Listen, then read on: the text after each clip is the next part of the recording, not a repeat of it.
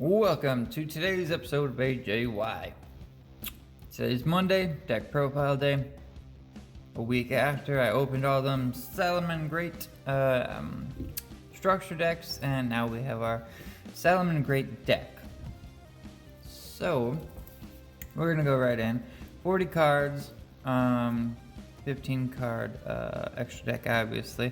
I don't really have a side deck to this. It would mainly just be most likely hand traps for this format, crap like that. But let's get into this. Foxy, we're gonna run 2 Foxy because I was told to run 1 or 2, never 3. And the reason I run 2 is I really do love this card. I like to be able to get that search or draw out the ash. It's just nice. So if I can steal away an ash and grab this, I'm going to. And if I can just get the card, I'll take that too. And over half the deck is Salamangreat stuff. So you got a pretty good chance of pulling something. 1 Gazelle. It's Gazelle. What are you going to do? It's pretty self-explanatory. Get it in the graveyard, bring it back. Let me see here. Salamangreat monster. You can special summon this card from your hand. If this card is normal or special summon, you can send a Salamangreat card from your deck to the graveyard.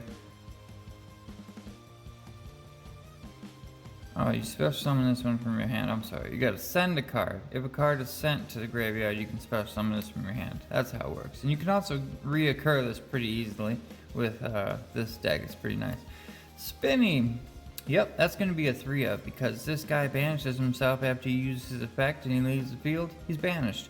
And Spinny is too good to not have at least 2, but I'm going to do 3 because, the grind game happens.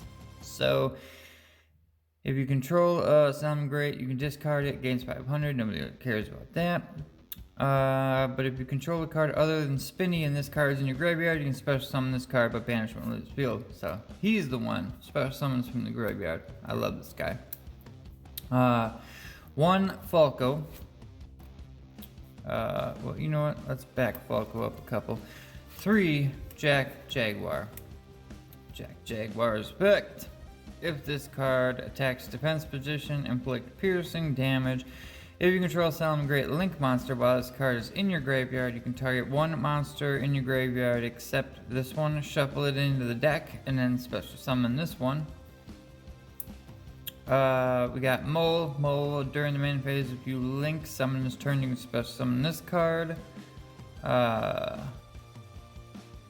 never used his second effect. If you control no monsters, you can banish this card from your graveyard, then target 5 Salamangreat cards in your graveyard, shuffle them, and draw 2. Never used it, but situational, I suppose it could work. 1 Mole, Falco. This card is sent to the graveyard. You can target a spell or trap that's Salamangreat and set it to your field. I love that, but if this card's in your graveyard, you can target a Salamangreat monster you control. Return that monster to the hand and special summon this one. Beat Bison. You never want to see this card in your opening hand, but after that, I love seeing this card. If you have 3 or more Salamangreat monsters in your graveyard, you can special summon this card from your hand in defense mode. Now, yeah, not great, but there's certain cards in here that kind of make him stick around anyway, and you got ways of protecting him for 1 turn. It's pretty easy. And it's nice to just have him on the field.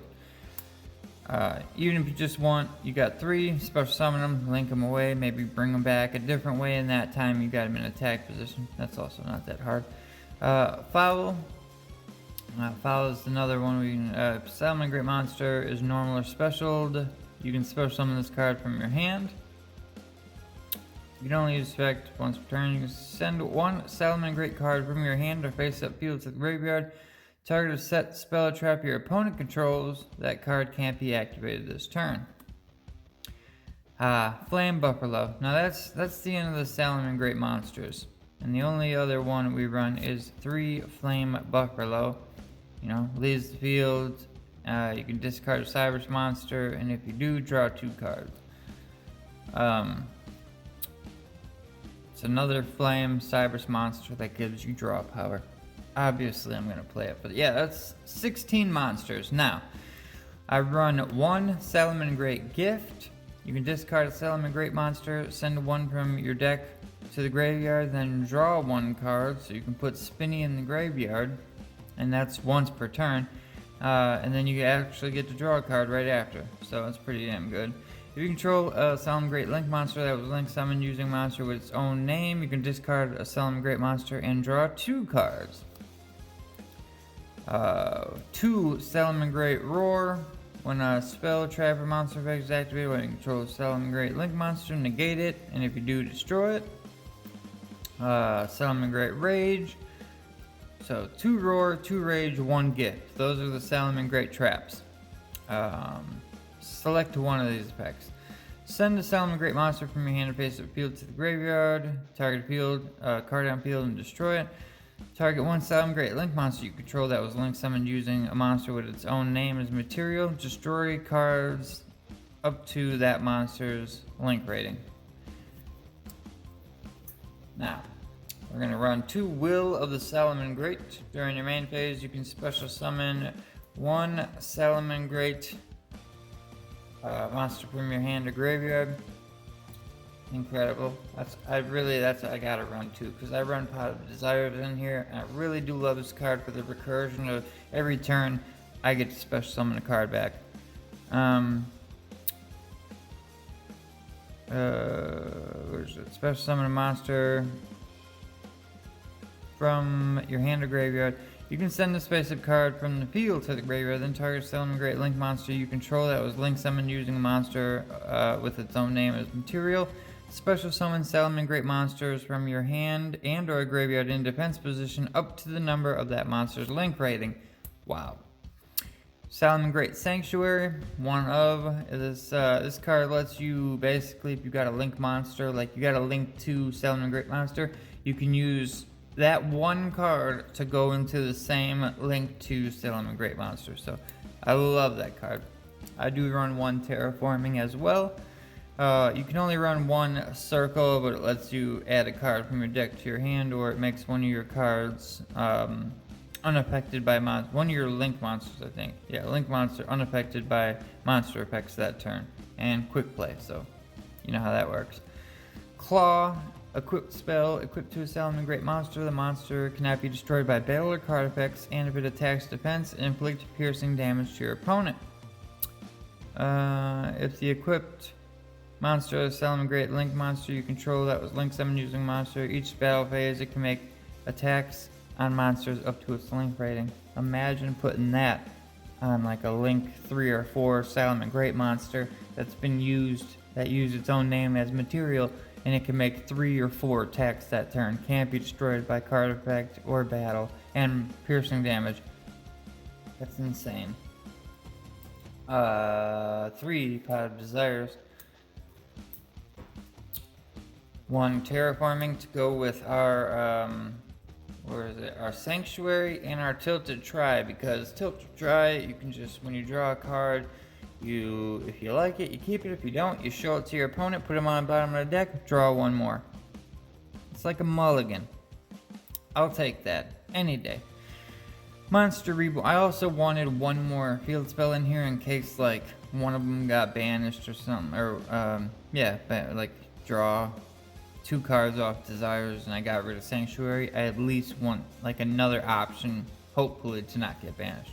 1 Monster Reborn and 1 World Legacy Succession, so basically 2 Monster Reborns. 3, now that's the end of our regular spells. So that's Salamangreat spells, regular spells. Now we go into the regular traps, because we did the Salamangreat traps. Rivalry of the Warlord is at 3, because this is the Floodgate you definitely want to have. Threatening Roar at 3, because it stops your opponent from declaring an attack that turn. So let's say you got 3 monsters on the field, they pop 1, they go to battle phase, you Threatening Roar, now your monsters are safe. If they maybe can pop another one, probably not, because they're gearing up to attack your monsters and thinking they're clearing your board. So now you get to just end the turn and hopefully keep your monsters to start the next turn with a field ready to go. So that's how a Threatening Roar would work. and 1 red reboot for any of them troublesome traps that you just don't want to deal with. Well, you red reboot it, and then you don't worry about it. So that is Salamangreat main deck. Truthfully, I really do like this deck, but I think if I was gonna play a Cybers deck, I would make a Frankenstein deck, because there's so many good Frankenstein Cybers cards out there that they don't have a loyalty.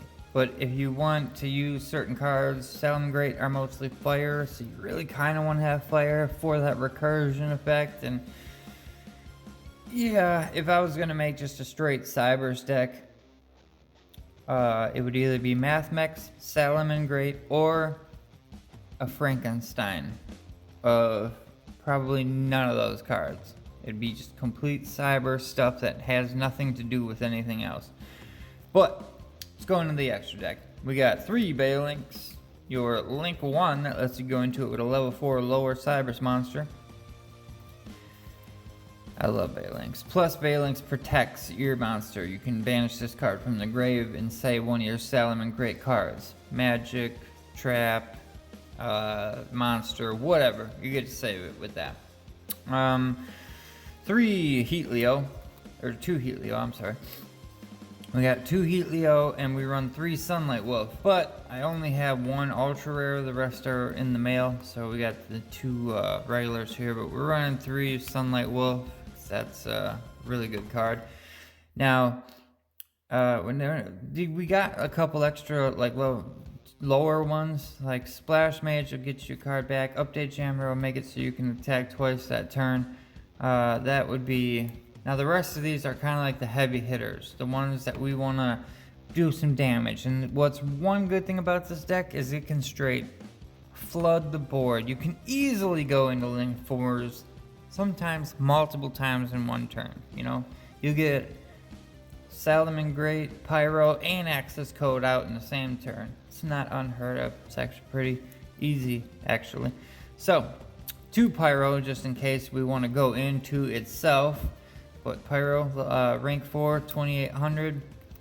As far as his effects go, you can, if this card uses itself as material, you can destroy all cards your opponent controls. Seems decent. You can target 1 Link monster in your opponent's graveyard, special summon to your opponent's field. If a Link monster is special summoned to your opponent's field, you can target 1 of those monsters and inflict damage to your opponent equal to that monster's original attack. Might just be in time kind of win thing, or who cares, because you're just going to screw them over anyway and destroy all their cards, and then maybe give them 1 just to what's... I don't even know why you would, only for the damage part. So if you're in battle phase and you attacked, you did all your thing and you got to do it in time, or you're not in battle phase actually. If you were before battle phase, they called time, you couldn't even go into battle phase. You got to end that turn and that's it. So that would be how you would win in time. 1 Transcode Talker for the fact of it's rank 3, 2300, and it brings a Link monster back to his own points too. And our 2 super huge Link 4s, Access Code and Topologic. Easily you could just play 2 Topologic or 2 Access Code if you have them, whatever.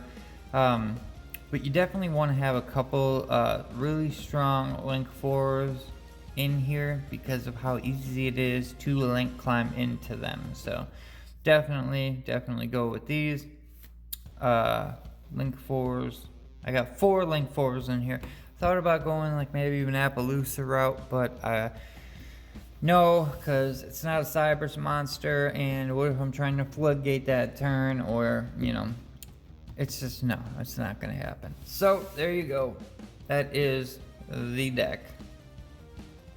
Threatening Aurora could be used in any deck. You just really want to keep your monsters on field, and let's say you spam 5 monsters out there and they pop 1, they pop 2, hell, they pop 3, and you know they're just going to attack the rest and you're going to get hit, and then on your next turn you're not even going to have any cards.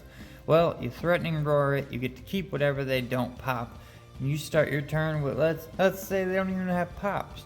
You just put 5 cards out there, they don't get to attack, but you don't do this until battle phase because you want them to think that they're going to attack, so they go that route. And then pop this, you get to keep all your monsters. Next turn you start out with a full board. I'm telling you, do not sleep on Threatening Roar. It'll wake you up. Either way, I'm out. I hope you liked my Salamangreat profile. Check it out. Obviously have all your cards sleeved. But yep, I'm out. Peace. Thanks for watching.